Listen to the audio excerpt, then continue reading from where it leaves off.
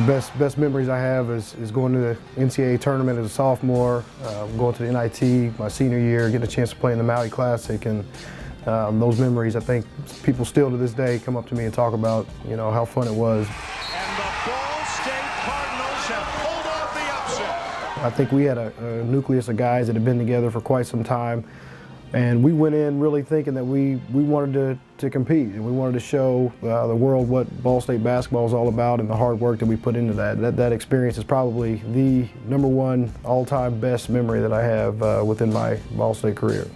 Petie Jackson played for the Cards from 1998 to 2002.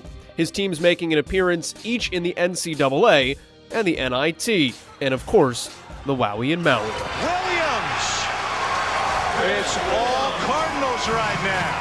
If you give a team a chance to really gather some confidence, watch out, because the second half, as confidence grows, people really start to say, we can beat you guys. Smith over Nash. Wow. He's alone on the floor. He's something else. He is alone. We just wanted to continue to execute the game plan, and it came down to a last-second possession.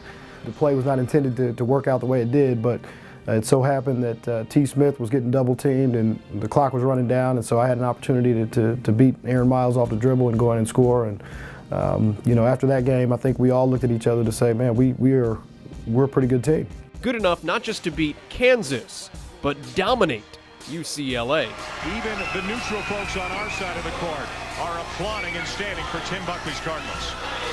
They should be applauded, Dan. That's very impressive performance. We were still riding on this confidence and this swagger that, man, we just knocked off the #2 team in the country. And so if we stick to our guns, if we execute like we did, if we guard, we've got a chance to do the same thing. And so we came out the second game against UCLA and we really jumped on them. So that game wasn't even close throughout the majority of the ball game. I think we ended up beating them by 15, 16 points. And so, again, that was just another testament to how well prepared we were and, the group of guys and how much work we put in the offseason. Jackson played 3 games in Maui, the final a loss to #1 Duke. In all 3, he matched up with NBA competition. Petie Jackson, they call him Petie, has been one of the best players we have seen in this field, and there are a ton of good players in this field with the likes of Duke, Kansas, and UCLA here. Coach Buckley had a classic line that said, they get all the McDonald's All-Americans and we eat at McDonald's. And so to have a chance to come in and just play against the guys that are deemed as the best players in the country, future draft picks, just to see where you are. So having a chance personally to be able to compete against the Jay Williams and the Kirk Heinrichs and actually hold your own and play extremely well, I think for me was one of the most satisfying things. And you still watch those guys in the NBA on TV now and say, you know what, I gave them all they could handle when I had a chance to go toe-to-toe against those guys. Ball game. Ball State is advancing to the NCAA Tournament. But as Jackson said earlier, Maui wasn't the only big-time stage the Cardinals played on. One of the biggest things that I've definitely learned to appreciate is just how hard it is not only to win, but also to win the conference. And so after doing that early in my career as a sophomore, you really knew, man, this is the heat of the battle. I think, throw records aside, when folks show up to the conference tournament, anything goes, and that's particularly why you play the game. Kick it left side, Moody. Takes the jumper, got it. Mr. Offense, huh? NCAA Tournament, it's amazing, man. It takes you back to those AAU days where you get a chance to compete against the big stage with some of the best players in the country. Jackson.